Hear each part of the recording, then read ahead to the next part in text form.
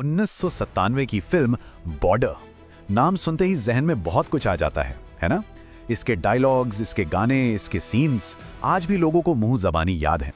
ये हिंदी सिनेमा की सबसे बड़ी ब्लॉकबस्टर्स में से एक है, इसमें कोई शक नहीं।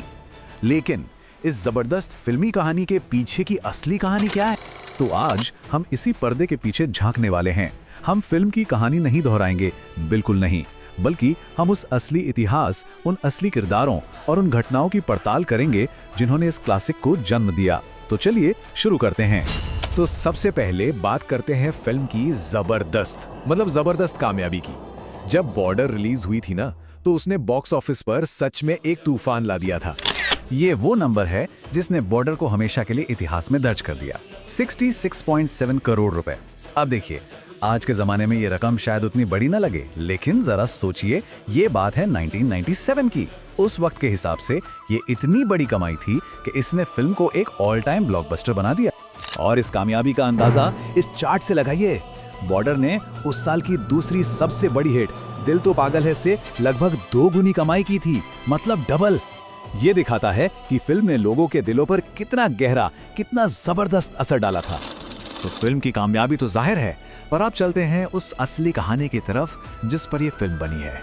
ये एक ऐसी अविश्वसनीय, एक ऐसी हैरान कर देने वाली जंग थी जो किसी डेविड और गोलियत की लड़ाई से कम नहीं थी। सच कहूं तो ये किसी भी फिल्म की स्क्रिप्ट से कहीं ज्यादा ड्रामेटिक है। लुंगेवाला की पोस्ट वहां तैनात थे भारत के सिर्फ 120 जवान, बस एक छोटी सी कंपनी। और उनका सामना करने के लिए कौन आ रहा था? 2000 से भी ज्यादा पाकिस्तानी सैनिकों की एक पूरी बटालियन। सोचिए जरा, 120 के मुकाबले 2000, ये फर्क ही अपने आप में दिमाग घुमा देने वाला है।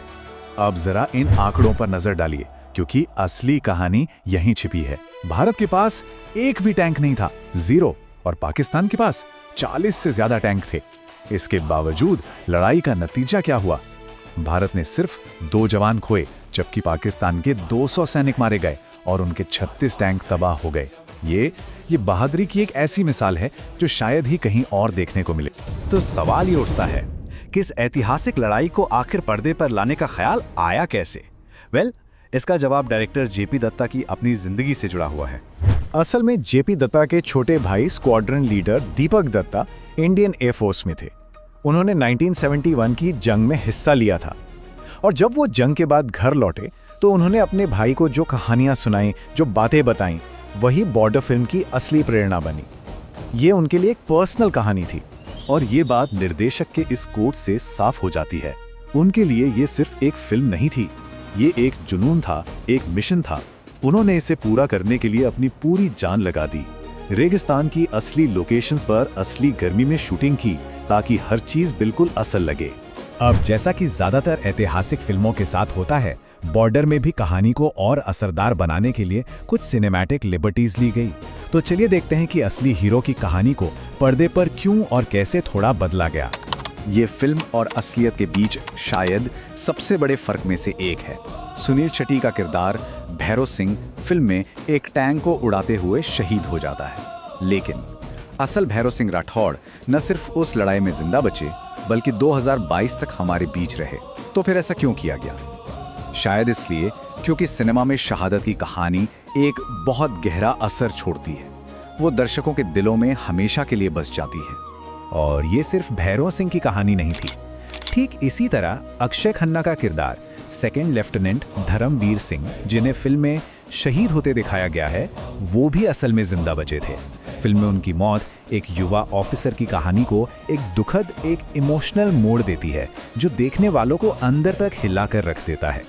ये दिखाता है कि कभी-कभी सच्ची जीत की कहानी से ज्यादा एक ट्रैजिक अंत ज्यादा यादगार बन जाता है।